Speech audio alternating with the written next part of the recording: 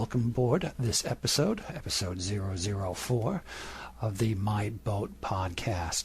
This is Doug Pilgrim, your host, as always, and this podcast comes to you in affiliation with Classic Yacht Magazine, classicyachtmag.com. Listen, go there, check out this online magazine. If you love classic yachts and you like computers, you're going to love this magazine. This episode is also brought to you by the great people over at The Boat Nanny. And for links to The Boat Nanny, just go to the homepage for the My Boat Podcast. That's myboatpodcast.com for other great links and a link to the Boat Nanny for some great savings on a great product. But I really want to get into the show. I think you're going to enjoy it.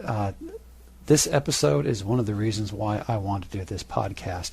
If you remember last time, I was asking anybody if they might happen to know who the present owners are of the Suzy Wong, William F. Buckley's boat. Well, unfortunately, I was not able to find out who that is, but I was able to find a gentleman who originally built Suzy Wong, George F. Todd, and Captain Todd and three of his buddies mustered out of the Navy. They were aviators in the Navy, and they basically built Suzy Wong in Hong Kong and then sailed halfway around the world westbound to Florida. This is a great story. I'm telling you, this podcast could have gone on for 8 hours. It was just so enjoyable talking to George and listening to the exploits the four of them had bringing this boat back. I think you're going to enjoy it, so let's get right into it. And as always, I will talk to you on the other side. George Todd. Hi, George. Doug Pilgrim. Hi, Doug. Excellent. Well, George, I'm going to ask you my first question that I asked all the guests on the show. What was your first boat? My first boat that I owned was the Suzy Wong. Suzy Wong was the first boat you owned? Yes. In fact, you'll find this will be part of the hilarious first or second chapter. That the day that we sailed out of Hong Kong, not one of us had ever spent a night on anything smaller than an aircraft carrier. Well, I think that's phenomenal. And none of us knew how to sail. I mean, truly, we didn't. We'd sailed the Suzy Wong 2 or 3 afternoons. That was that. We all swore that we wouldn't leave town until we'd been out at least overnight on it, but we never made it.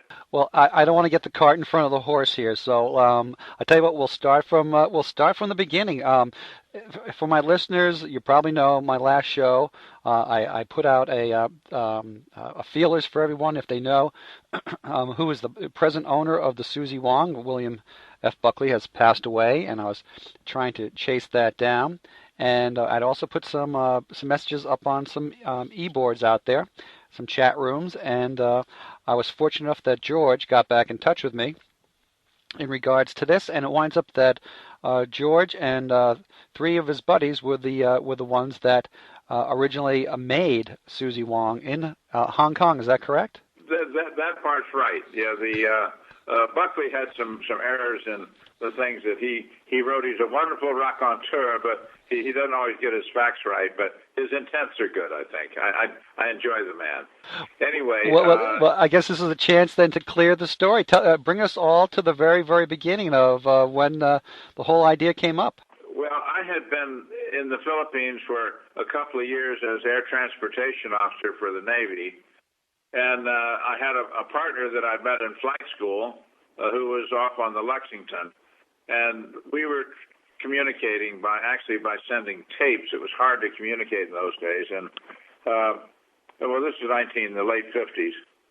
And it just occurred to me when a fellow there locally bought a boat from Hong Kong that this would be a perfect extension of our 5-year adolescence in the Navy, or extended adolescence in the Navy, to get a boat and sail around the world. We never questioned that we could do it. A couple of us were pilots. And anyway, the thing dawned on me, and I went over and looked around Hong Kong until I found American Marine Limited. And anyway, that's a longer story from there. So what other boats does American Marine Limited build? American Marine became the largest yacht builder in the world subsequent to, this is in their early days, And I met Mr. Bob Newton, who was the founder, and his sons eventually took over there. Looked around there, and he suggested that we build this boat. I really knew nothing about boats. I had been on a sailboat a couple of times before, and basic sailing is kind of obvious if you're. I don't mean to demean it or make it small, but sailing a sloop is not a complicated matter, or a catboat. He persuaded me to talk to a gentleman named Chris Moncito, who was building this same boat in Hong Kong, and explained to me how much less expensive it would be if we traded lofting and such for the molds and things and the equipment that he had bought.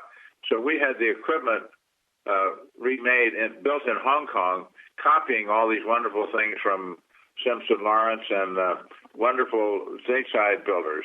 And that saved us a lot of money. And Chris was wonderful to us, and he was a regular old-time sailor. And we just assumed from the beginning that we could figure out how to run this thing. So what year was this? When I first contacted them, a couple of years before we left, and I honestly don't remember.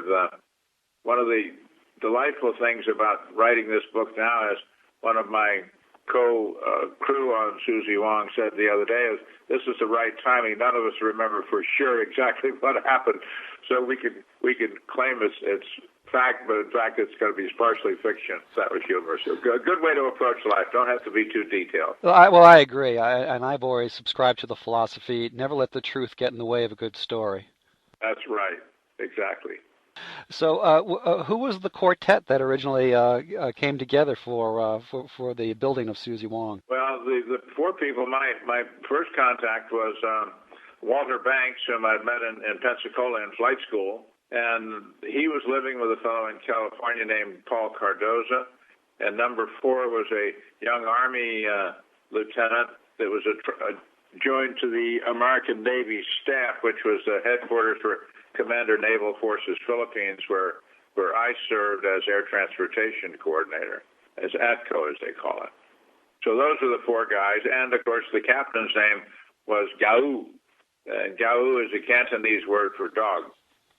He was a wonderful imperial chow, a white chow dog that was given to us by Bob Newton, the owner of the boatyard.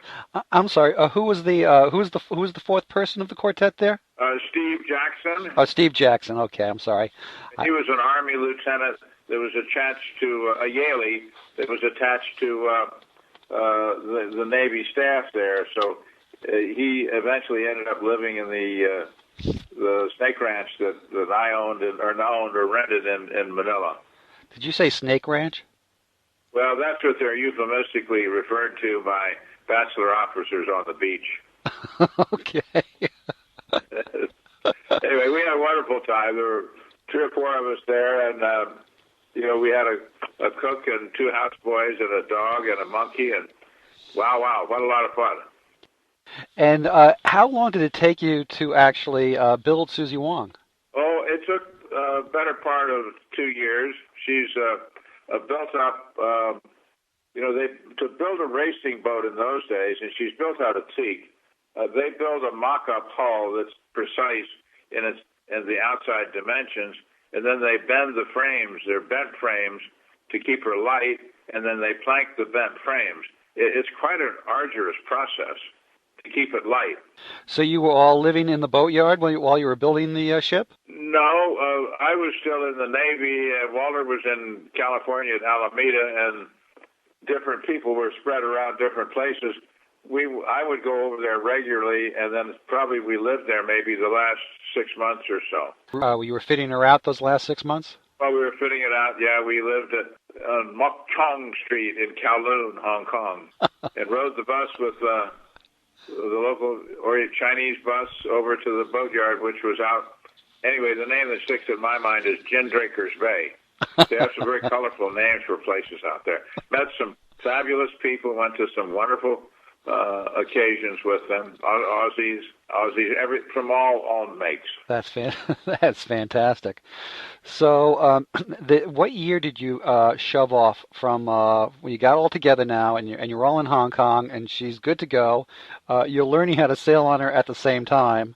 Were there any other sailors on board, or is it just everyone was learning at the same time? No, we were all learning at the same time. It proved to be an interesting and just the devil-may care of young men in their 20s who already have a few things behind them that they feel confident about this. And we just set off and left our basic navigation manual ashore, so we couldn't do any celestial. Not that any of us really knew how. Anyway, we'd never done it. But the joke we made was these sailboats go about 1/100th as fast as airplanes do. So if we have a problem, we'll stop and read a book. Which you can't do when you're flying a single-place airplane. Or you could perish in slow motion. Right. So anyway, the chapters are, there's so much in here, Doug. Like the day that we left, the night before, we had all sworn that we wouldn't be out having drinks, but we were. And like 1 o'clock in the morning, and subsequently my business partner said, "Okay, we got to get out of here." And we'd never decided where the dog was going to pee. And so he stood up, and he's 6'5", and he picked up, we were in the Palm Court Hotel, he picked up a palm tree and walked out with it with a Chinese waiter tugging at his hem of his jacket and hopped into a little open-air cab and stuck this thing up there and took this thing down to the boat. So we sailed out of Hong Kong Harbor with a potted palm tied down on the afterdeck. That's so the chow would have a place to That's to where pee. The dog was supposed to pee. We didn't have a fire plug. Did it work out? No, it didn't work. That's a whole other funny story. But anyway, somehow or another, we all survived all this, and we just got it piled in the boat and threw all of our stuff below and left. And if we'd been hit by a storm that night, we'd have been in real trouble, but we weren't. So leaving Hong Kong, which way did you guys head from there? We headed for Luzon. We figured even when we found out we had no way to navigate except dead reckoning, we had 2 compasses on board, fortunately. One was a hand-bearing compass, and the other one was a good fixed compass. And that was just head for the Philippine Islands, which are a number of hundreds of miles long, so it's hard to miss them. and we succeeded. We had made a landfall about 6 or 7 days later, after being honestly chased by pirates for real. Now, yeah, that's something that comes to mind. Now, did you have an armament on board? I guess all your ex-military on board. You must have had a few rifles or weapons on board. Well, we had an arsenal actually, which in Hong Kong, of course, you can't have them, but they allowed us to take them when we left the country. But the local Hong Kong authorities impound all weapons. There are no weapons permitted loose. And although there are some kicking around out there, I'm sure there are even more now. But we had lots of guns and long rifles as well as shotgun and pistols, and we were well armed, and we had a plan to evade or elude the pirates, or if nothing. The stories were scary. That not only would they take your boat to sell it or break it up and take pieces, they would enslave you and send you off to Manchuria or somewhere. Which is pretty scary. People disappear out there all the time. Yeah, and then on the other side of that, you had the Red Chinese Navy out there. They would think you guys were CIA operatives coming in. That could have been a whole nother international problem. Well, it turns out the Chinese never thought that of us, but the British thought we were, and I was so braced up about it a couple times about that we were really CIA. What are these guys, ex-naval officers, doing on this sailing boat, wandering around the British places out in the Indian Ocean? So anyway, that's a whole other chapter. Well, so you, the quartet there, actually named the boat Suzy Wong. Yes, they were making the movie Suzy Wong in Hong Kong at that time. The World of Suzy Wong was the name of the movie, and Paramount was making it. And Paul Cardoza, one of the 4 of us, was pretty good at this, and he talked them into paying us $100, which is a lot of money to us at that point. Every time we got the name of the movie in the press whenever we stopped somewhere. So, of course, we made damn sure we got it in the paper every time we went somewhere.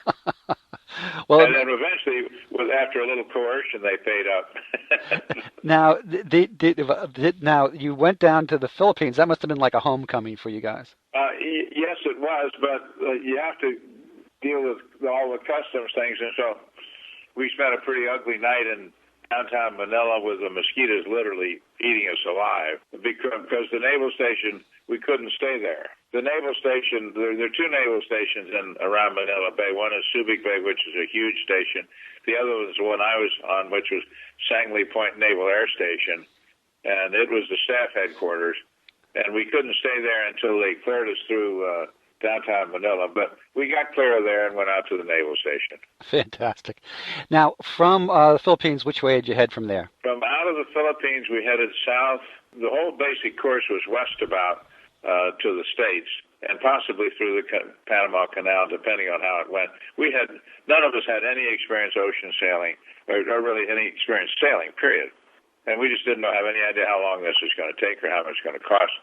So you just kind of set off, and we ran into the pirates about the second night out, and we eluded them in the dark one night by escaping. It turns out they were far too big to shoot at. But I don't think they were armed or they would have jumped us.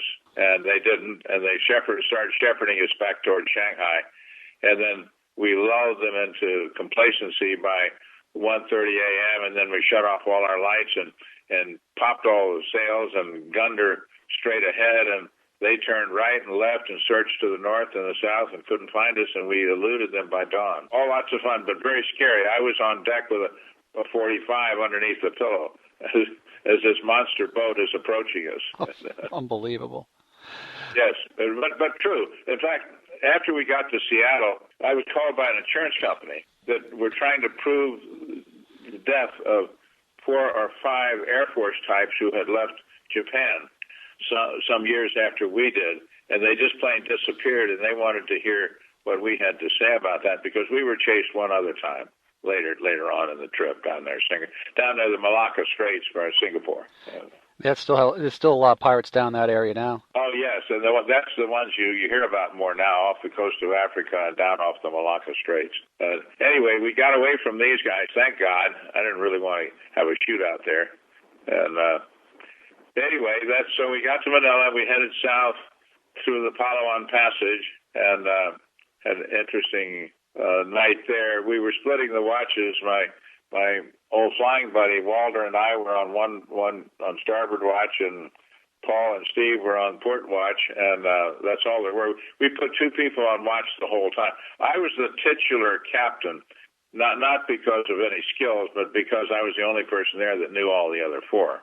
And so anyway, but I didn't want that responsibility actually, because I know how that works, and that's something we can deal with in the book, but I made an interesting bargain with the devil there about how to handle disagreements, and as such, never had to invoke it. And I had an extra vote, because obviously you could get a draw with 2 against 2, and so I had a deciding vote, but knowing that's there, you never reach that point. People compromise. It's a great way to force compromise. Oh, that's great. Anyhow, so we ran down Palawan Passage, and Walt and I were asleep. I was sleeping up on deck, and all of a sudden the boat is turning wildly, and then I see this 20-foot wave coming at me. And Paul was cruising up, getting ready to pass a merchant ship starboard to starboard. And our little thumbnail-sized running light was not visible to them until they were upon us, whereupon they mistook us for a boat going the other direction and turned right toward us. It was a very near thing. We could have been at the bottom of the Palawan Passage forever. Oh, but we didn't get hit. We just escaped. So thereafter, the 2 Navy guys split up their time, 1 on each watch. These things are all, I know it stretches your imagination, Doug, but these things are all true. And looking back, they're laughable. At the moment, they're scary as all hell. I think it's good God, what's going on here? I didn't know anything about port to port either. None of us were shipboard sailors. We were pilots or ground pounders. For my listeners, I'm sure you noticed a couple of times I heard the reference to George talking about chapters, and the reason for that is George is actually writing a book about this adventure of returning with Suzy Wong. That's correct, George, isn't it? That's correct. The somehow or another the other partners think that I'm the logical one to write it, and now I'm kind of pumped up about it. I'm pushing away from my nonprofit responsibilities and trying to get time to do a couple of things in this more artistic realm of the world rather than taping things together to either make money or help people. Of course you're the one that's doing this. You have that extra vote. That's a good point. I'm not sure I ever wanted that responsibility, but it worked out just fine, actually. And all these things help you grow. I think the Democrats would call you a super delegate.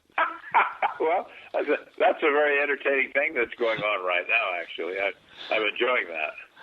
Well, so you cut through the Malaccan Straits. You went across the Indian Ocean. Did you go to India? Did you stop off there? Through down to Singapore and did lots of wonderful, fun things there with the Aussies from the carrier Melbourne, and we succeeded in stealing their life ring that one night, but which was rather ignominious for the flagship of the Australian Navy to lose their thing to a 40-foot sailboat. Anyway, all many side stories and journeys.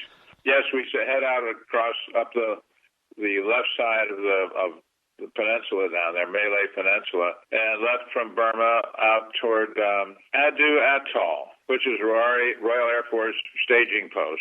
Let's see, I guess which was first? Maybe. No, that's right. First we sent to Ceylon. It was Ceylon, then Sri Lanka now. Yeah. And got in there, got the burst of the southwest monsoon hit us head on. We knew we were late leaving. You always are finishing a boat. And so we knew that we were going to get caught in this, but none of us knew what a monsoon was. Most Yankees don't know anyway. So it's really just there's a prevailing wind from the southwest for 4 months of a year and from the northeast 4 months of the year, and in between there's slack times around the annual passage. And so we put into a port called Trincomalee, which is up on the northeast quarter of the island of Sri Lanka, and we're met gamely there by the Ceylonese Navy and treated royally. We finally got tied up, and they put us up in some old Royal Navy barracks there, and we had a fabulous time for 3 or 4 months. We were pretty beat up because the burst of the monsoon is heavy weather, is a lot of probably average 25, 30 knots of wind. It pushed us more and more north. The problem was if we didn't make it, then we began to learn how to sail then. I remember the day well, because we weren't making any headway. And I remember we just hove to for the night and all slept, swearing that we were going to get ashore that following night, and we did. It took us all day. But we finally got in the cove there, the entrance to the Trincomalee Harbor. By the way, Trincomalee, believe it or not, is the largest deepwater harbor in this world. Oh, phenomenal. But I just want to go back here. Are you telling me after all this time at sea, this is the first time you had a tack? No. It's the first time we had to pound into a sea going to weather. Okay. Hard on the weather, because if we didn't make it there, we were going to end up back at Burma, and we were almost out of water. The place we stopped on our way there, the water turned out to be tainted, and we didn't have any water. We were on half a glass of water a day for some period of time there before we got to Ceylon. That's fantastic. Great dramatic stuff. Some of this is just swimming up in my mind as I talk to you here. I haven't thought about it in years. Well, I think every time I've heard of a reference of this part of the boat's life, it's only maybe a half a paragraph. When Buckley describes it, with the little portions I've been able to come across, and this sounds absolutely phenomenal. Well, no. In fact, I don't know where Buckley got his facts. He probably got them from the yacht broker in Miami. We had just gotten there, and this has been the better part of 2 years, and most of us were broke, and it was time to get on doing something else rather than trying to go through the canal and finish the trip back to Hong Kong. So we never did we did part of the Pacific when we first left on our way down to Singapore. But that's all the Pacific. I've never sailed the Pacific very much. I love doing this when I look at a map. You went from Sri Lanka Right. down through Africa. No, there's if you look, there's the Maldive and Laccadive Islands, and amongst one of the southern islands of the Maldives is a island called Adu Atoll, and it's a Royal Air Force staging post. And we sat down there, but we had to sail back to the east to get there. We had to sail back to the wind back to the east on the southwest monsoon, reaching our way down south of the equator, and then turning and actually using a spinnaker in the open ocean on flat water to just 2 or 3 knots of wind. It's the only thing that would stay up. Most of our sails were very heavy, of course, to stand the ocean wind beating. And we got into Adu Atoll, and that's another delightful story where we were mistaken by the Brits for CIA types. And anyway, I set off a firestone by joking with him, and I didn't know he was serious. Oh, my. He just said, what are the ex-naval officers doing here? And I joked with him and said, well, not to worry. We finished all the sonar gradients last night. Oh, my. And he went ballistic. I don't remember his name, but he was in the minority. Most of them were absolutely wonderful people, and there's wonderful stories there. There's wonderful stories everywhere. Adu Atoll had something like 1,500 men, no women, lots of Muslims, and 25 bars. So you can imagine what happened. All they had is about 10 or 15 psychiatrists. They probably had a constant clientele base too. Oh, I'm sure they did. Yeah, they did it, but we had a grand time with it. They were absolutely wonderful to us, and the stories are again bigger than life. The people, all these people are all bigger than life, and the stories are fabulous. You get a gang of single guys. You can, and like putting us in with 1,500 Air Force types there, and just, you can't imagine the devilment you can get into. Yeah. And then you're insulated from the world. There are no women. What are you going to do? Yeah. You're going to get into the devilment. From there, we circled down one of the Seychelles Islands, and that are off the east coast of Africa, almost due east of Mombasa. Absolutely the most beautiful islands in the world. Granite, beautiful women, wonderful stories, open-minded people. These are off of Africa? Off of Africa. Fabulous, wonderful big turtles, lots of wind, and men wear skirts in the Arabic world, and they're called futas. And we had some futa skirts. And, well, they're cool in the hot weather. Anyway, this wonderful Sharky Clark was his name, was the barkeep at the local place there, and he turned out to be a good fellow. And all the Aussies off their ships came in there, and I think it was an Aussie tin can was going north we were headed for Aden, Gulf of Aden, and then up the Red Sea. And they were going in front of us, and they agreed to send us a message that gave us the winds and conditions off there.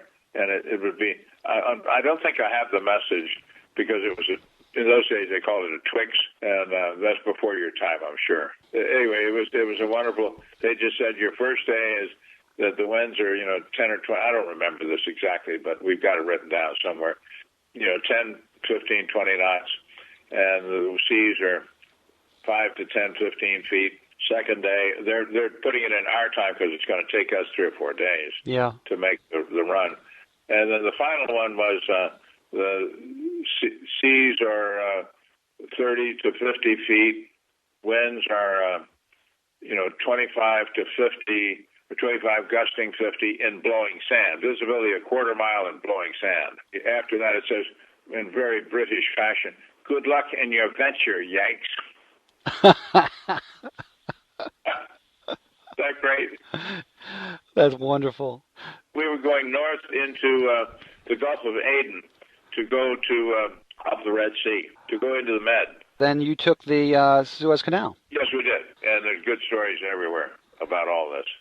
Lots of good stuff. I can imagine with that. That must have been an adventure unto itself during those times. It absolutely was. We had. It's amazing how much you can get into if you even have a little bit of slack, and we did. We did on a regular basis. Of course, I'm compressing a trip of a lifetime into 15 minutes here too. So Yeah, I'm sorry about that because this could almost be this should be a podcast unto itself, which is something we have to talk about. okay, sure, happy to do so. But just to net it out then, and because I'd really like to come back and revisit a lot of this, you went through the Mediterranean and then you sailed straight back over to Miami by the end of this. Well, we were so broke when we got through the Suez Canal that we went up to Beirut for a few weeks and had some wonderful more scenes there with this and that, but we went across the African coast because we knew we couldn't afford the cities on the northern coast of the Med. So we went into Tobruk and Bizerta, Tripoli, places like that, and that was very, very. You wouldn't see it any other time, and it was perfect to do so. And then we went up to Mallorca and we wintered there and hauled her out and did her bottom and that sort of thing. Well, by this point, you guys must have been pretty salty. I think we knew how to survive, and the run from the last day's run up into the Gulf of Aden was. Now remember, this is a boat with a 28-foot water line, and we logged site to site 212 nautical miles in 24 hours, Fantastic. Which exceeds our hull speed for that whole time. And we were dragging a couple hundred feet of rope with knots and miscellaneous other stuff in it to slow us down and keep us from going broadside to a sea. And who taught you that trick? Was that something? Was that a book that you read along the way? Well, then we'd read some books. And it worked pretty well, but I remember sitting there thinking, oh, when is the steering going to break? It was so hard to steer, it's a wheel steering, that you had to sit beside it. And mind you, these are all big, strong guys. We had to sit beside it and drive with your legs and shoulders to turn the helm. We were veering 65 degrees with every sea that passed under our quarter. And that's just one after the other for a couple of days. That's fantastic. And really, truly amazing. The steering cables never broke.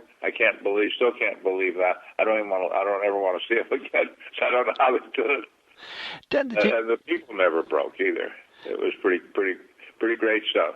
Now, you came across. Did you go to the Caribbean? Did you go through the Azores to the Caribbean? Yeah. We went to. Yes, we did. We actually from Mallorca we went to Gibraltar, and getting out of there got the only real knockdown of my life. Put the head of the mast truck underwater. It stayed there. Anyway, got water in the sail. But anyway, we survived that too. God bless somebody that cut the wind off. We got must have been a 70-mile-an-hour gust that just stayed with us for 10 or 15 minutes, and finally a sea hit us hard enough to break it loose. Oh my! Oh my is right. And this outside Gibraltar. So you were completely knocked over. Completely knocked us over, and then was blowing so hard on the bottom of the hull. Fortunately, she's a well-designed racing boat with the hatch. The central companionway was amidships, and she's quite buoyant and pretty beamy for those days.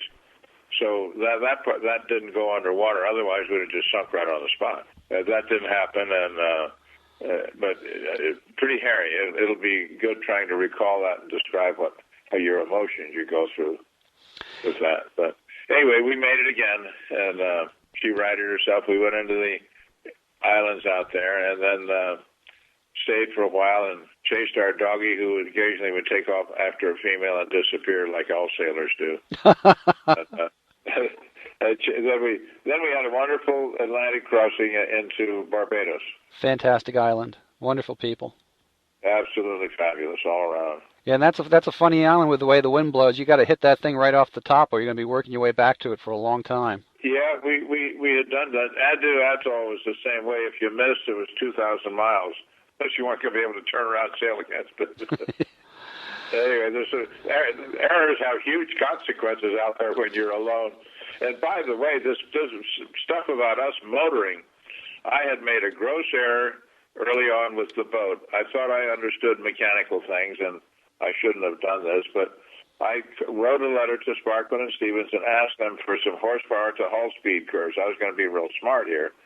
And they came back and showed that with that hull and that weight, that 10 horsepower was sufficient to reach hull speed. And, of course, not knowing anything about boats, zero, zilch, nothing, I got a hold of a local British Stuart Turner 9-horsepower diesel and put that in the boat.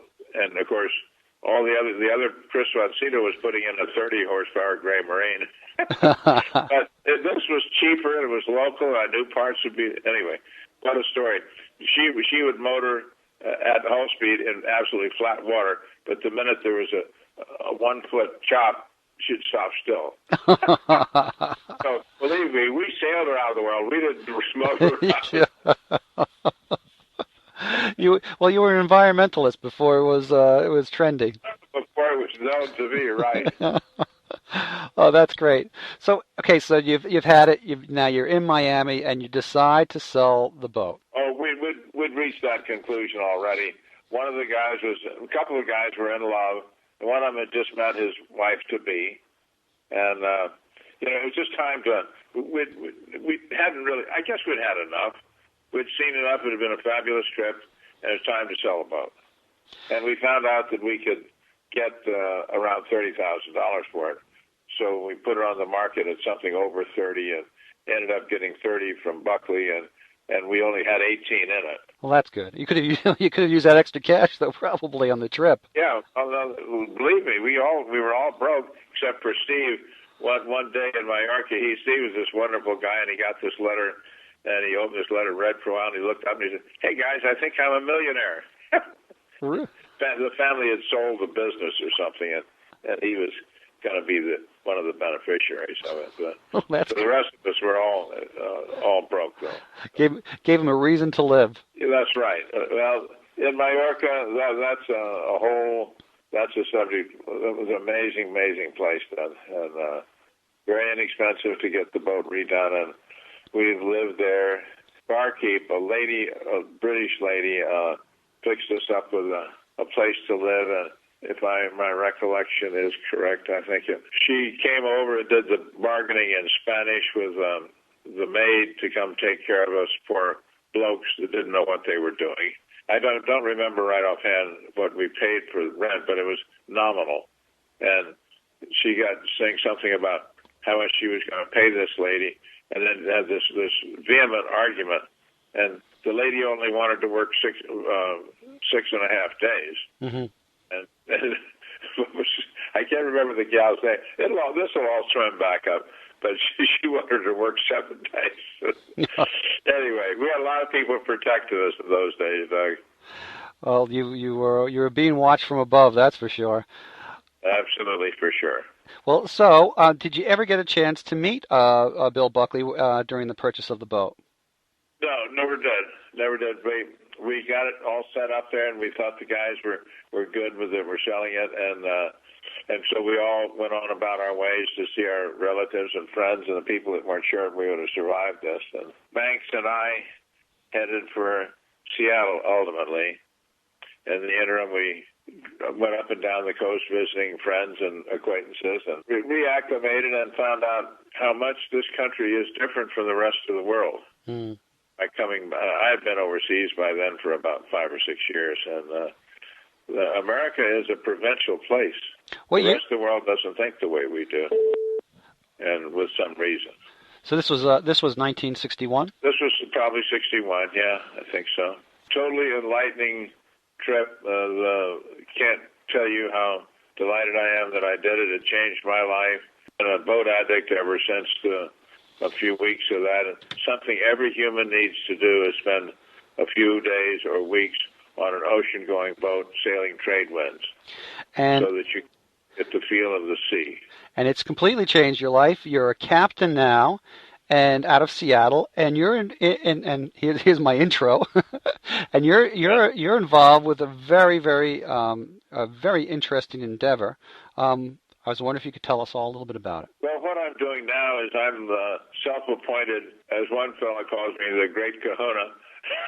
I'm the executive director of a thing called Sailing Heritage Society, which is a 501 nonprofit, tax-deductible nonprofit that I set up to be the shepherd for my interest in giving back to society. I think the American society in particular, has been so generous with me. Nature was generous with me, giving me far more good luck than I ever deserved for my.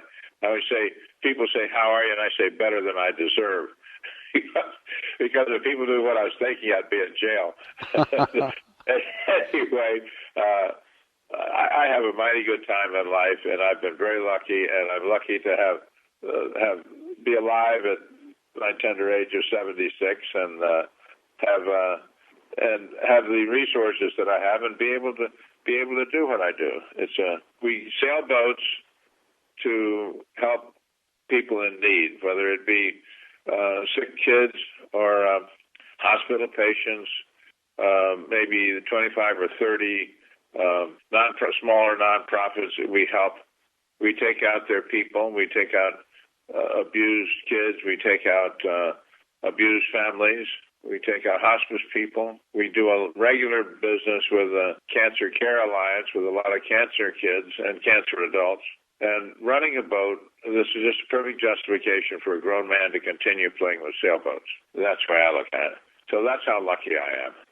And this organization is the Sailing Heritage Society. That's right. So for my listeners who'd like to know a little bit more about that, there's a fantastic video on YouTube.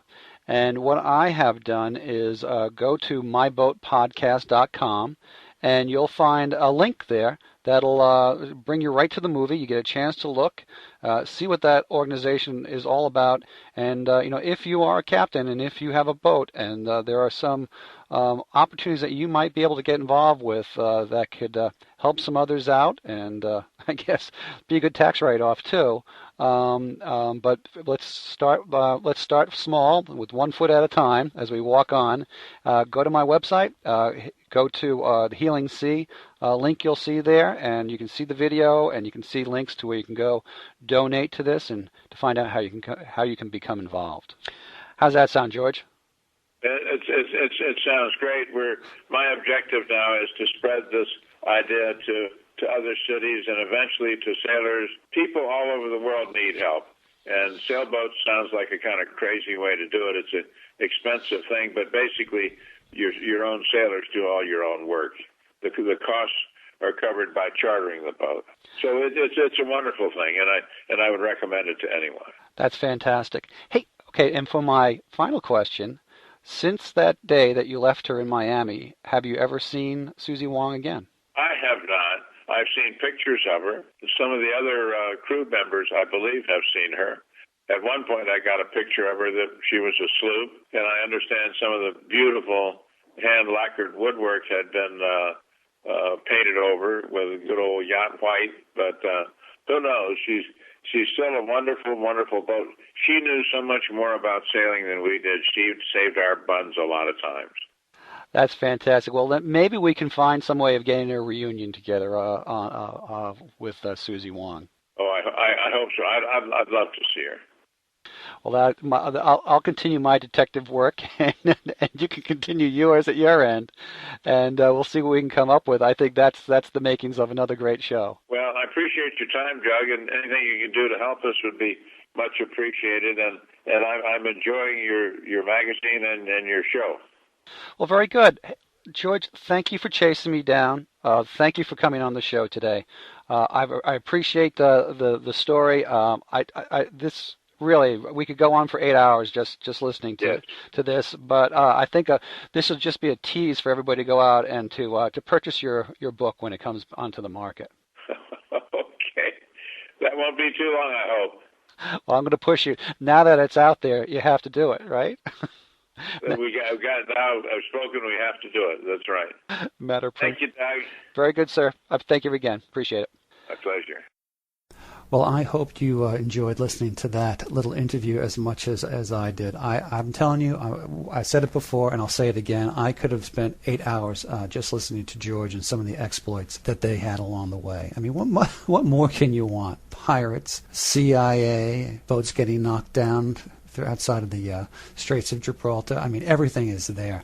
Listen, for more on what George is up to with the people at Sailing Heritage Society, just please go to my website at myboatpodcast.com.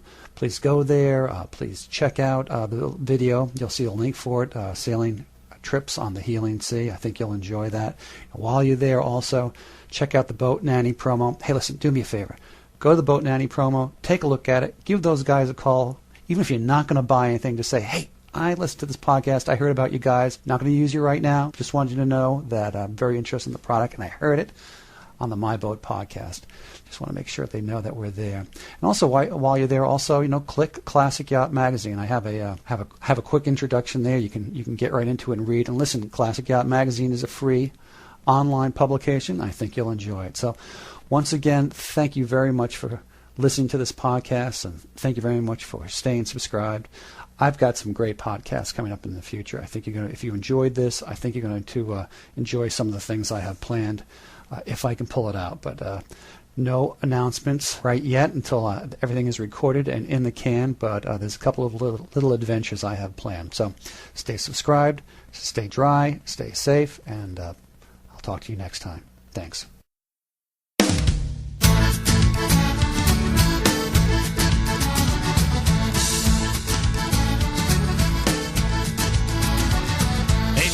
Town there lived a man. He had a little tavern by the strand, and the landlord had a daughter fair, pretty little thing with golden hair. Won't you come down, won't you come down, won't you come down to Yarmouth Town? One night there came a sailor man. He asked the daughter for her hand. Well, I won't marry you, she said. I have what I want without being wed. But if with me you'd like to linger, I'll tie some string all around my finger. As you walk by, pull on my string, and I'll come down and let you right in. Won't you come down, won't you come down, won't you come down to Yarmouth Town? Won't you come down, won't you come down, won't you come down to Yarmouth Town? Well, the very next day at closing time, the sailor man goes off to the strand, and as he walks by, pulls on that string. She came down and let him right in. Well, he's never seen such a sight before. A string around her finger was all she wore.